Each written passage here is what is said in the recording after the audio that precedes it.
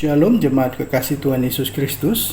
Kita berjumpa di dalam kebaktian tanggal 22 November pada hari ini dengan tema khotbah Raja yang Menggembalakan. Saudara, kita sudah belajar beberapa minggu ini yaitu topik-topik yang berasal dari Injil Matius 24 dan 25, yaitu khotbah tentang akhir zaman. Dari Matius 24 ada dua khotbah mengenai akhir zaman, yaitu perumpamaan tentang pohon ara dan perumpamaan tentang hamba yang setia dan hamba yang jahat. Sedangkan di dalam Matius 25 ada tiga, saudara-saudara, yaitu perumpamaan tentang gadis-gadis yang bijaksana dan gadis-gadis yang bodoh. Dan yang kedua perumpamaan tentang talenta, itu adalah minggu yang lalu. Dan minggu ini adalah Matius 25 ayat 31 sampai dengan 46. LAI memberi judul Penghakiman Terakhir.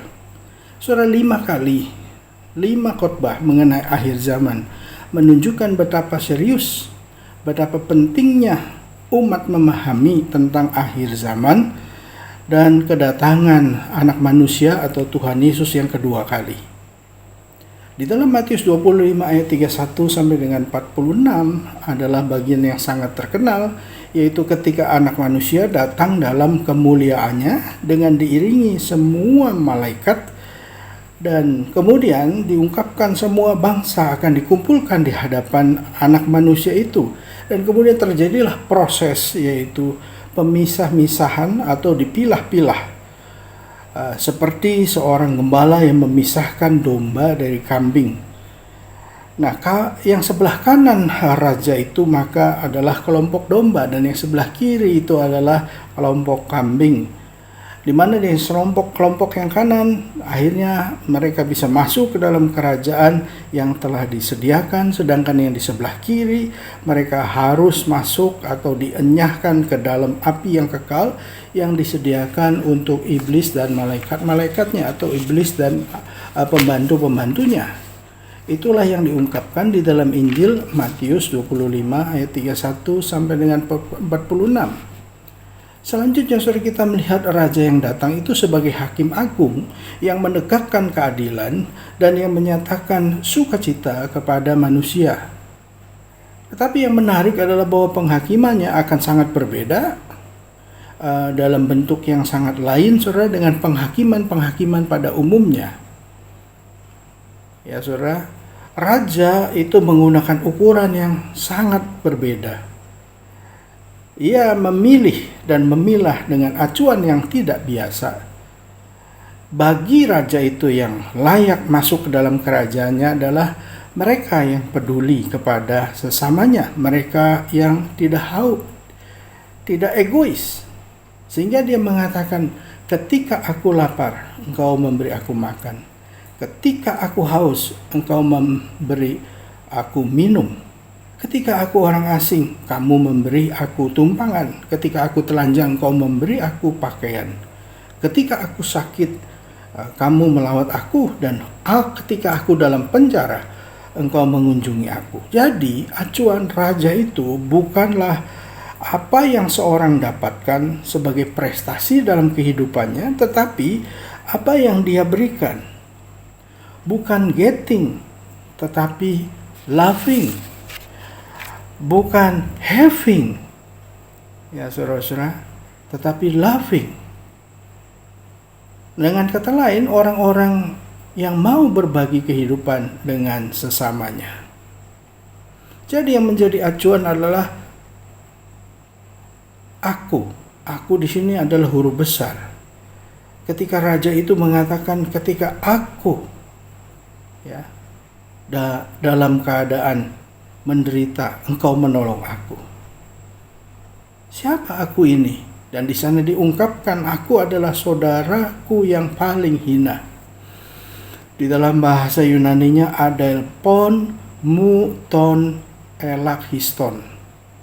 Elakhiston itu adalah yang paling kecil, yang paling terakhir.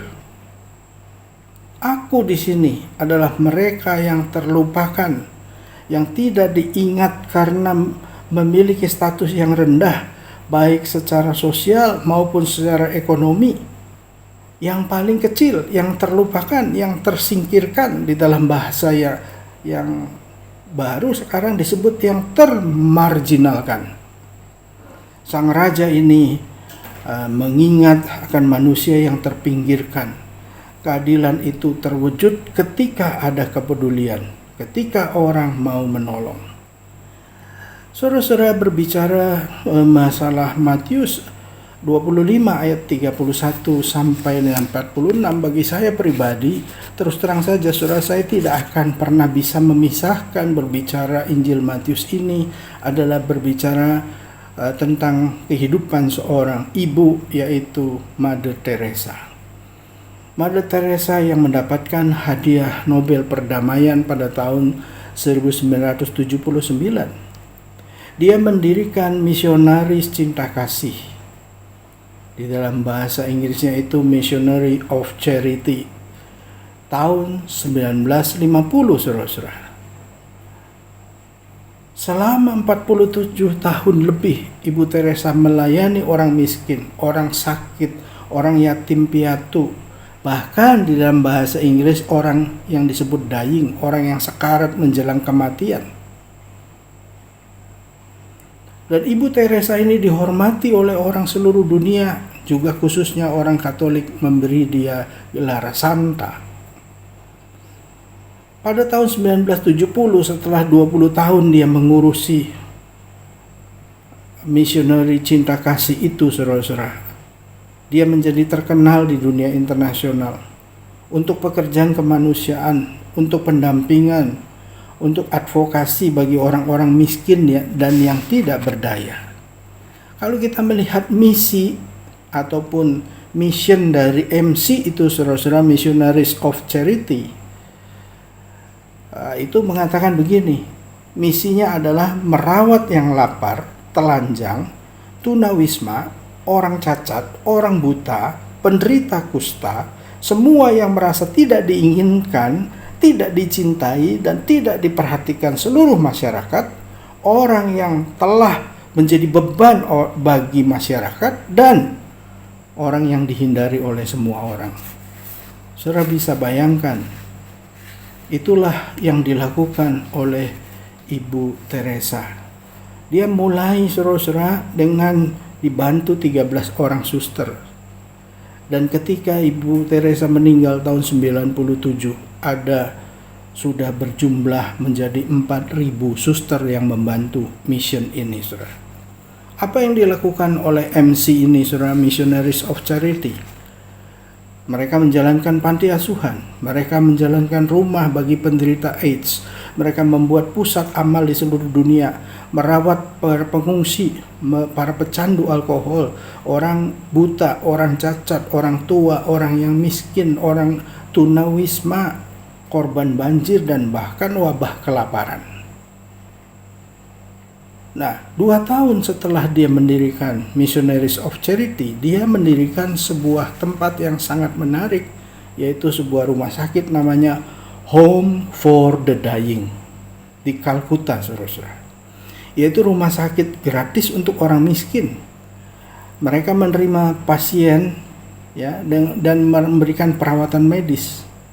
Tetapi yang menarik adalah mereka menerima pasien yang akan menjelang kematian, sehingga pasien yang sekarat itu sudah diberi kesempatan untuk meninggal dalam kemuliaan, dan kemudian setelah meninggal ritualnya diberikan kepada mereka sesuai dengan agamanya masing-masing, dengan sebuah pandangan sebuah kematian yang indah.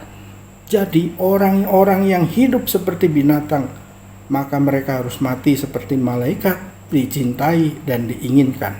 Mereka yang sudah teronggok di pinggir jalan, yang hampir meninggal, itu dibawa oleh para suster ini ke rumah sakit, lalu mereka diberi pakaian yang bersih, dimandikan, diberikan pakaian putih, sampai orang itu dirawat sampai meninggal, ditemani, didampingi oleh pemuka agama sesuai agamanya. Saudara, yang paling indah dari Ibu Teresa adalah apa? Ketika dia melihat orang yang tangannya itu misalnya kusta, saudara. ketika dia merawat tangan orang kusta itu, dia merawatnya itu, dan dia memegang tangan orang itu tidak dengan perasaan geli atau jijik, tetapi dia, saudara-saudara, mengatakan tangan ini adalah seperti tangan Tuhan Yesus. Maka dia merawat dengan penuh cinta kasih, saudara. Ini sangat berbeda sekali dengan orang-orang yang lain yang menyingkirkan orang-orang itu, saudara. Sehingga kalau membaca Matius 25 ini, saya langsung ingat Ibu Teresa. Karena Ibu Teresa telah melakukan apa yang benar-benar sesuai dengan sesuatu yang dilakukannya itu sesuai dengan Injil Matius 25 ini, ayat yang ke-31 sampai dengan 46. Sebenarnya saudara-saudara, apa yang dilakukan oleh Ibu Teresa ini juga sudah dilakukan oleh Tuhan Yesus. Dan Ibu Teresa di Indonesia, orang yang mirip dengan Ibu Teresa adalah seorang Romo yang sudah meninggal dunia juga, yaitu Romo Mangunwijaya. Disebut sebagai romonya kaum marginal, yaitu kaum marginal ini masyarakat kelas bawah yang terpinggirkan dari masyarakat, kelompok prasejahtera, kaum yang terpinggirkan. Romo Mangunwijaya, pribadi luhung, tempat bernaung para nasib yang limbung, begitu dikatakan. Romo Mangun, saudara-saudara, dia hidup dari sampai dengan usia 70 tahun kurang lebih. Dia meninggal tahun 1999. Dia seorang arsitek lulusan dari ITB yang melanjutkan sekolah arsitektur di Jerman. Dia lulus tahun 66. Dan kemudian dia hidup membiara dari tahun 66 itu sampai dengan tahun 80. Nah, di sana yang menarik, dari tahun 80 sampai 86 dia mendampingi warga di tepi Kali Code yang ada di tengah-tengah kota Yogyakarta. Pada waktu itu mereka terancam untuk digusur, dan Romo Mangun mogok makan menolak rencana penggusuran warga pinggir Kali Code itu. Akhirnya Romo Mangun tinggal di tepi Sungai Code itu. Lalu dia mulai menggagas dan membangun bantaran sungai itu untuk menjadi tempat yang layak huni. Hasilnya sangat bagus, saudara, menjadi rumah bertingkat dengan fondasi yang kokoh dari lahan yang miring di tepi sungai itu, saudara-saudara, warna-warni. Lalu dibuat balai warga, tempat bermain anak-anak, tempat belajar anak-anak. Kalau dilihat dari pinggir jalan Sudirman, saudara-saudara, di atas jembatan itu kelihatan perumahan itu sangat indah.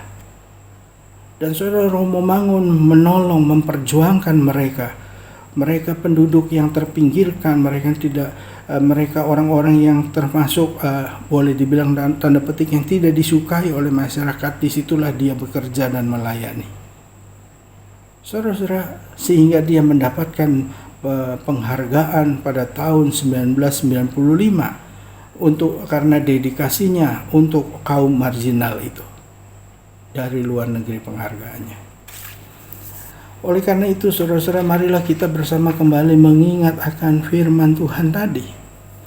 Raja yang akan datang itu akan datang untuk menghakimi kita, menghakimi seluruh umat manusia, tidak peduli siapapun, saudara-saudara. Kita mengingat firman Tuhan. Memang firman Tuhan itu adalah satu bagian yang begitu indah. Misalnya Yakobus 2 ayat 17 mengatakan, demikian juga halnya dengan iman. Jika iman itu tidak disertai perbuatan, maka iman itu pada hakikatnya adalah mati. Pada waktunya ketika Tuhan Yesus datang kedua kali, saudara-saudara, dia akan datang sebagai juru selamat tetapi juga sebagai hakim. Pada waktu itulah, saudara-saudara, tidak semua orang yang berseru-seru Tuhan, Tuhan akan masuk ke dalam kerajaan Allah, tetapi mereka yang melakukan kehendak Bapa di surga itulah yang akan masuk ke dalam kerajaan surga. Saudara, ketika raja itu akan datang dengan kuasanya, dia akan datang melawat umatnya dengan otoritasnya sebagai hakim. Dia akan menegakkan keadilan, saudara-saudara. Maka kita diajak untuk memulai mempersiapkan diri. Kita diajak untuk membagikan semangat pengembalaan yang Tuhan ajarkan itu. Semangat untuk saling mempedulikan, untuk meninggalkan hidup individualistik, tidak menguasai apalagi mengeksploitasi orang lain. Sang Raja yang menawarkan semangat keadilan. Saudara, kalau Allah hadir di tengah-tengah hidup kita, menyatakan pengembalaannya kepada kita, maka marilah kita juga mengembalakan dengan wujud nyata, yaitu kita peduli kepada orang-orang yang terpinggirkan. Mari kita hidup, kita peduli kepada orang-orang yang termarginalkan yang ada di sekeliling kita. Mari kita melakukan dari yang paling kecil di sekeliling kita, dan mulai dari hari ini. Kita tidak boleh menunda dan tidak perlu menunda sampai Tuhan datang kedua kali. Semoga Tuhan menolong kita untuk kita terus berbagi. Seperti Tuhan Yesus sampai naik ke atas kayu salib pun Dia terus berbagi. Mari kita terus menjadi seperti Kristus yang mengembalakan, menawarkan, sehingga tidak perlu ada orang kelaparan karena kita sudah memberikan makan. Kalau ada yang haus, kita sudah memberikan minum. Sehingga pada waktunya kita akan bersama dengan Bapa di sorga, dengan Tuhan Yesus ketika Dia datang kedua kalinya. Tuhan memberkati saudara dan saya. Amin. Mari kita berdoa. Ya Tuhan Allah Bapa Surgawi, kami bersyukur kepadamu untuk firman-Mu pada hari ini. Sempurnakanlah Tuhan, supaya firman Tuhan boleh menjadi benar-benar motivasi hidup kami, untuk kami terus peduli, untuk kami terus mengembalakan mereka yang membutuhkan kasih sayang yang sudah Tuhan berikan kepada kami. Biarlah kami berbagi kasih itu. Kami berbagi pada mereka yang lapar, yang haus, yang membutuhkan cinta kasih, yang membutuhkan perhatian. Terima kasih Tuhan, sempurnakan firman-Mu untuk kami miliki dalam hidup kami sehari-hari, di tengah kesulitan, di tengah suasana yang sangat berat di tengah masyarakat saat ini. Jadikanlah kami pelaku-pelaku firman Tuhan yang membawa kesegaran bagi lingkungan di sekeliling kami. Sempurnakan ya Tuhan firman-Mu menjadi milik kami masing-masing. Di dalam Tuhan Yesus Kristus kami bersyukur dan berdoa. Amin.